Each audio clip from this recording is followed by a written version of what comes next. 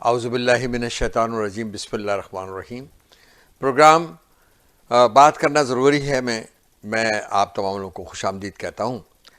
جیسا کہ آپ لوگوں کے علم میں ہوگا کہ یہ جو پروگرام ہے ہم نے اس میں مختلف ٹاپک لے کر آتے ہیں اور مختلف ٹاپک پہ ہم اس پہ گفتگو ہوتی ہے. اور ہمارے ساتھ ہمارے ایک بہت جو ہے سینئر اور جو کالمسٹ بھی ہیں، صحافت کا بہت بڑا بیک گراؤنڈ ہے ان کا، عبدالی صاحب کا. تو ان سے ہم ان کی ماہرانہ رائے جو ہے وہ لیتے ہیں اس کے اوپر. تو میں بس آپ سے یہاں ایک چھوٹی سی درخواست یہ کرنی ہے کہ اگر آپ ہمارے اس پروگرام، یہ جو پروگرام ہمارا ہے، آپ چاہتے ہیں کہ ہم اسے کنٹینیو کریں تو ہمارے اس چینل کو جو ہے سبسکرائب کیجئے. اور بہت ضروری ہے. اس سے دو باتیں ہوتی ہیں. ایک تو یہ ہوتا ہے کہ ہمارا حوصلہ بڑھ جاتا ہے اور ہمیں یہ احساس بھی ہو جاتا ہے، دوسری بات کہ آپ ہمارا پروگرام جو ہے وہ دیکھ رہے ہیں اور اس سے دلچسپی دیکھ رہے ہیں، تو ہم اس پہ محنت بھی کرتے ہیں. آج ہمارا جو ٹاپک ہے وہ پاکستان سے ہی کنسرن ہے، کیونکہ ہم پاکستان سے ہی کنسرن پروگرام کرتے ہیں. اور آج جو ہمارا پروگرام ہے وہ ہے انتخابی اصلاحات، جو کہ ابھی ایک بل منظور کیا گیا ہے قومی اسمبلی کے اندر. ہم اس کے سلسلے کے اندر آپ سے جو ہے عبدالی صاحب سے، مسعود عبدالی صاحب سے پوچھیں گے اس کے متعلق کہ یہ ایکچولی بل کیا ہے اور یہ کیوں ضروری ہے. کیونکہ اس میں یہ کہا گیا ہے کہ الیکٹرانک جو میڈیا ہے اس کو غالباً استعمال کریں گے، اس کو کہ اس سے شاید الیکٹرانک جو اس کا وہ ہے ووٹنگ کا جو طریقہ کار ہے، تو اس پہ آپ کچھ بات کرنا چاہیں تو مجھے بتائیے. دیکھیں، شکریہ باسط صاحب. بات یہ ہے کہ اگر اس انتخابی اصلاحات کو ہم دیکھیں، اس میں بہت سارا، اس پیکیج میں بہت ساری چیزیں، لیکن دو چیزیں بڑی اہم اس کے اندر ہیں. پہلی بات تو یہ کہ جیسے آپ نے کہا کہ الیکٹرانک ووٹنگ مشین EVM استعمال ہوگی. اس وقت تو ہم اچھا EVM کراتی ہے وہ EVM الیکٹرانک ووٹنگ مشین، کیونکہ اس وقت تو ہم بیلٹ پہ مہر لگا کے ووٹ ڈالتے ہیں. اب یہ الیکٹرانک ووٹنگ مشین ہوگی جو بٹن دبا کے انتخاب ہوگا. اور دوسرا یہ کہ اوورسیز پاکستانی، جو پاکستان سے باہر رہتے ہیں، ان کو ووٹ ڈالنے کا حق دیا جا رہا ہے. تو یہ تو ہے دو بنیادی نقطہ اس اصلاحات کے پیکیج کا. اس کے اندر اور بھی چیزیں ہوں گی، لیکن میں سمجھتا ہوں آج ہم صرف اسی دو. اچھا، اس پہ اعتراض بھی دو ہی ہیں، یہ دو نقطہ، دونوں پہ اعتراض ہے. الیکٹرانک مشین پہ اعتراض ہے حزب اختلاف کو، کہ ان کا خیال ہے کہ اس کو پروگرام کر لیا جائے گا، اس کے اندر چیٹنگ کا راستہ ہو جائے گا، اس کو ہیک کر لیا جائے گا. اور یہ بات پہلے انتخابی کمیشن بھی، الیکشن کمیشن بھی کہہ چکا ہے، اپنے اس خدشات کا یا تحفظات کا اظہار کر چکا ہے کہ اس انتخابی مشین کو ہیک کرنے کا خطرہ موجود ہے اور اس کے اندر پروگرامنگ کی جا سکتی ہے. یعنی آپ ووٹ ڈالیں ایکس کو اور چلا جائے وائی کو. اچھا، یہ شکایت امریکہ میں بھی تھی. کوئی ایسی بات نہیں کہ پاکستان میں پہلی بار ہو رہا ہے، آپ نے دیکھو. اور اس میں ایک اور میں بتاؤں، شاید ہمارے سامعین کو پسند ہے، کہ دنیا میں سب سے زیادہ ترقی یافتہ ملک الیکٹرانک میں اور IT ٹیکنالوجی میں ہے، یعنی IT میں ہے، اور یہ یعنی جیسے موبائل ٹیکنالوجی میں، وہ اسرائیل ہے. وہاں بھی الیکشن جو ہے وہ کاغذ کے ذریعے ہوتے ہیں.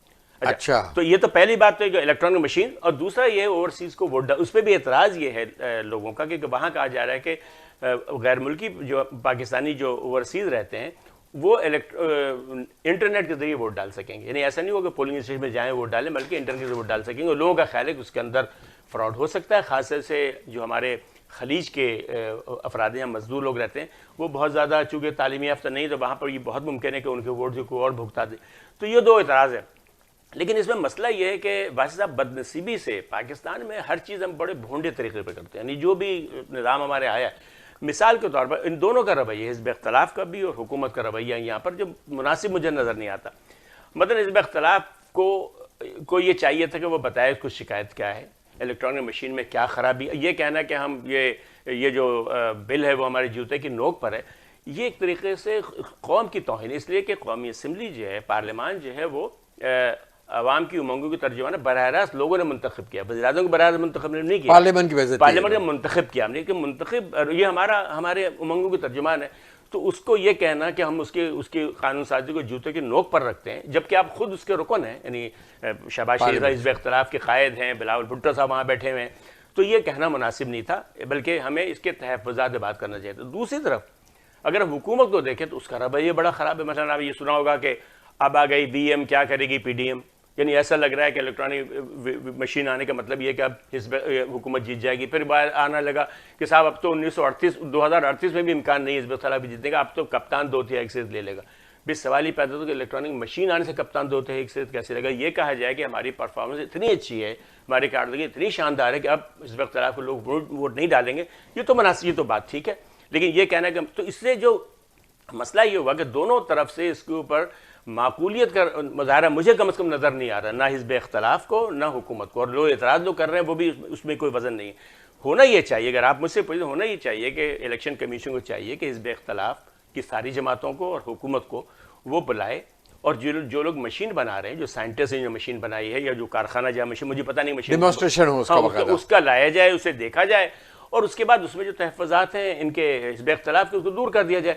اب اس لیے چونکہ آپ ٹیکساس میں بیٹھے ہیں، آپ کو پتہ ہوگا کہ یہاں پر بھی پچھلے سال 2020 کے انتخاب میں سخت اعتراض آیا تھا مشینوں کے بارے میں کہ مشینیں صحیح نہیں استعمال ہو رہی، تو اس کا طریقہ یہ اختیار کیا گیا کہ اس کے اندر پرنٹر داخل کر دیا گیا۔ اب یہ ہوتا ہے کہ آپ ووٹ ڈالتے ہیں مشین کے ذریعے، پرنٹر پہ آپ کا بیلٹ پرنٹ ہو جاتا ہے، آپ پرنٹر جو ہے اس کو اس میں ڈالتے ہیں اسکین میں وہ کاؤنٹ بھی ہو جاتا ہے، اور اس کے علاوہ وہ بیلٹ جو ہے محفوظ ہو جاتا ہے۔ اچھا، تو یہاں سامعین یہ کہنے کا مقصد ہے ان کا، مسعود عبدالی صاحب یہ کہنا چاہ رہے ہیں کہ اگر اس طرح جس طرح کہ ٹیکسس کے اندر ہے، یہاں یہ ہے کہ جب اسکرین پہ آتے ہیں امیدوار ہوتے ہیں، اس کے اوپر آپ ٹک کرتے ہیں کہ آپ نے کون سے امیدوار کو جو ہے سلیکٹ کیا، اس کے بعد وہ جو فائنل کرتے ہیں اس کو، تو وہ آپ جب فنش کرتے ہیں اور اس کے بعد ایک بیلٹ پیپر نکلتا ہے جس میں ساری چیزیں آپ چیک کر سکتے ہیں کہ آپ نے کس کو ووٹ دیا، پھر اس کو آپ دوبارہ اسکین کر سکتے ہیں، اس کو اسکین کرتے ہیں تو آپ کا جو جن کو آپ نے ووٹ کیا ہوتا ہے وہ اسکین ہو کے چلا جاتا ہے۔ تو اس کو انہوں نے دو طریقے سے اس کو سیکیور کیا ہے ووٹ کو، کہ ایک تو آپ کلک کرتے ہی ہیں، اور دوسری بات یہ ہے کہ وہ پرنٹ نکلتا ہے، پرنٹ نکلنے کے بعد اسکین ہوتا ہے۔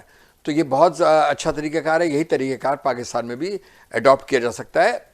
مسعود عبدالی صاحب کا کہنے کا مقصد یہ ہے کہ گورنمنٹ کی ذمہ داری یہ ہے کہ گورنمنٹ جو ہے حزب اختلاف کو یہ بتائے ان کو کہ یہ مشین جو ہے اس کے اندر یہ طریقہ کار اس طرح ہوگا، اس میں اگر ان کے کوئی تحفظات ہو تو اسے دور کریں، یہ ان کی ذمہ داری ہے حکومت وقت کی۔ اور حزب اختلاف کو بھی چاہیے کہ وہ صرف یہ نہ سمجھیں کہ بھئی ہمارا کیونکہ ہم حزب اختلاف میں ہیں تو ہم نے نکتہ چینی کرنی ہے، اگر وہ چیز پازیٹیو ہے تو وہ اس کو پازیٹیولی کریں، اور اس طرح یہ اصلاحات جو ہیں یہ قوم کے لیے اور ووٹنگ سسٹم کے لیے ایک اچھا طریقہ کار ہو سکتی ہے۔ جی آپ دیکھیں، اس میں جو یعنی اصولی اختلاف ہے نا، جو میں بات کر رہا ہوں وہ یہ کہ یہ تو ہم نے ایک بات بتائی ایسے ہوتا ہے، تو اصولی طور پر یہ کام الیکشن کمیشن کو کرنا چاہیے، اور اس پورے معاملے میں الیکشن کمیشن ہمیں خاموش نظر آ رہا ہے۔ اب تک اس کی جانب سے کوئی ایسا بیان نہیں آیا کہ وہ کیسے، کیونکہ انتخاب منعقد کرنا انتخابی کمیشن کا کام ہے، حکومت کا کام یہ نہیں ہے، یہ آزاد ادارہ ہے جو کرے گا۔ اصولی طور پر یہ کام الیکشن کمیشن کا ہے کہ وہ اب جو ہے حزب اختلاف کو اور تمام سیاسی جماعتوں کو وہ بلائے۔ بلکہ میرا تو خیال یہ ہے کہ جو پول واچرز ہوتے ہیں، جو نظر رکھتے ہیں اس کے اوپر، وہ احمد بلال محبوب صاحب کا ایک ادارہ، مجھے اس کا نام یاد نہیں، وہ ان کو، ان سب لوگوں کو، ماہرین کو بلائے وہ، اور ان کے سامنے، اور ان لوگوں کو بلائے جنہوں نے مشینیں بنائی، وہ سائنٹسٹ یا وہ ادارہ جو مشین بنا رہا ہے ان کو بلائے، سامنے جو ہے وہ اس کا مظاہرہ کیا جائے، اور اس کے اندر جتنے بھی خدشات ہو سکتے ہیں جو تمام لوگ پیش کریں اس سب کو لکھ لیا جائے، اور اس خدشات کو رفع کر دیا جائے، ان تحفظات کو ختم کر دیا۔ دیکھیں، ایک اور بات جو حکومت کو سمجھنا چاہیے کہ شفاف انتخاب ہونا سب سے زیادہ حق میں ہے جیتنے والے کی، اس لیے کہ یہ بڑی بدنصیبی کی بات ہوگی کہ آپ انتخاب جیتیں اور اس پہ شک کا اظہار ہو، آپ کا مینڈیٹ مشکوک ہو جائے۔ یہ تو جیتنے والے امیدوار کو، اگر عمران خان یہ سمجھتے اتنے وہ یعنی انہیں یقین ہے کہ انتخاب جیتیں گے، تو ان کو تو بہت زیادہ خیال کرنا چاہیے کہ انتخاب اتنا شفاف ہو کہ شفاف ہوتا نظر آئے لوگوں کو۔ تو یہ پھر دوسری ایک اور بات یہ ہے کہ دیکھیں، جب بھی حزب اختلاف اور حکومت میں جو بنیادی فرق یہ ہے، حکومت کا زیادہ متانت کا، بردباری کا اور کشادہ دلی کا مظاہرہ کرنا چاہیے۔ اب آپ دوسروں کو ڈیزل اور چور اور بے ایمان آپ کہیں گے تو اس طرح سے پھر ہم آہنگی نہیں پیدا ہو سکتی۔ تو میرا خیال ہے کہ انتخابی مہم ختم ہو چکی 2018 کی، اب جو ہے 2023 کا انتخابات آنے والے ہیں، تو اس کے وہ حکومت کو چاہیے کہ حزب اختلاف کو اپنے ساتھ بٹھا ہی نہیں سکے، دیوار سے لگانے کے بجائے گلے سے لگائیں اور اس معاملے کو حل کریں۔ اچھا، دوسرا جو پہلو تھا یہ اوورسیز کو ووٹ ڈالنے کا، وہ بھی اہم ہے۔ اچھا، اس کے بھی اختلاف نہیں ہے، خود حزب اختلاف بھی یہ چاہتی ہے کہ تمام لوگوں کو ووٹ ڈالنے کا حق دیا جائے، اس لیے کہ کسی بھی جمہوری معاشرے کے اندر ہر ووٹر کو ووٹ ڈالنے کا حق ہونا چاہیے، اور جو لوگ جو پاکستانی ملک سے باہر رہتے ہیں ان کو ووٹ ڈالنے کا حق ہے، اور کوئی بھی ان کے حق کا انکار نہیں کرتا۔ صرف مسئلہ یہ ہے کہ وہ اپنے ووٹ کیسے ڈالیں، یہ اہم بات ہے۔ یہ ابھی کہا جا رہا ہے، اس وقت جو خبر آئی ہے کہ وہ لوگ انٹرنیٹ کے ذریعے ووٹ ڈالیں گے، اور یہ سب کو معلوم ہے انٹرنیٹ جو ہے وہ محفوظ ذریعہ نہیں ہے، یعنی دنیا میں کسی بھی جگہ، امریکہ سمیت، انٹرنیٹ پہ ووٹنگ نہیں ہوتی۔ امریکہ میں آپ کو دیکھو گے امریکی فوج کو ووٹ ڈالنے کا حق ہے جو اوورسیز ہوتی ہے، وہ ڈاک کے ذریعے ووٹ ڈالتے ہیں۔ تو کیا امریکہ، پاکستان میں بھی یہ نہیں ہوتا ہم ڈاک کے ذریعے ووٹ ڈال دیں؟ ہماری ایمبیسیز ہیں، قونصل خانے، وہاں پر پولنگ بوتھ بنا دیں۔ یہ جو امریکہ وغیرہ میں جو مساجد ہے بڑے شہر ہے، ہیوسٹن ہے، شکاگو ہے، نیو یارک ہے، اس میں پاکستانی جو ہے مساجد کے بہت قریب رہتے ہیں. ہم مساجد کو پولنگ اسٹیشن بنا دیں ایک دن کے لیے. تو اس میں ارلی ووٹنگ کا انتظام بھی یہاں پر ہو سکتا ہے، مشین سے ووٹ ڈالا جا رہا ہے. تو میرا خیال یہ ہے کہ اور دوسرا مشینی انتخاب کی جو یعنی جو فائدہ ہے وہ کسی سے پوشیدہ نہیں ہے. مطلب دیکھیں نا، جو لاکھوں بیلٹ چھپتے ہیں جس میں وقت ضائع ہوتا ہے. پھر کبھی کبھی یہ بھی ہوتا ہے کہ انتخاب سے 3 یا 4 دن پہلے امیدوار کا انتقال ہو گیا تو انتخاب ملتوی ہو گیا، نئے سے انتخاب ہوں گے، پھر دوبارہ بیلٹ پیپر چھپیں گے. تو قومی اور صوبائی اسمبلی کے ملا کے کئی ہزاروں حلقے ہو جاتے ہیں، تو لاکھوں کروڑوں بیلٹ جو ہیں وہ چھپتے ہیں. تو ظاہر ہے کہ اس کے مقابلے میں مشین زیادہ آسان ہے. مشین میں گنتی فوراً ہو جاتی ہے. آپ نے دیکھا ہوگا ہم 2 دن انتظار کر رہے ہوتے ہیں، بیلٹ گنے جاتے ہیں.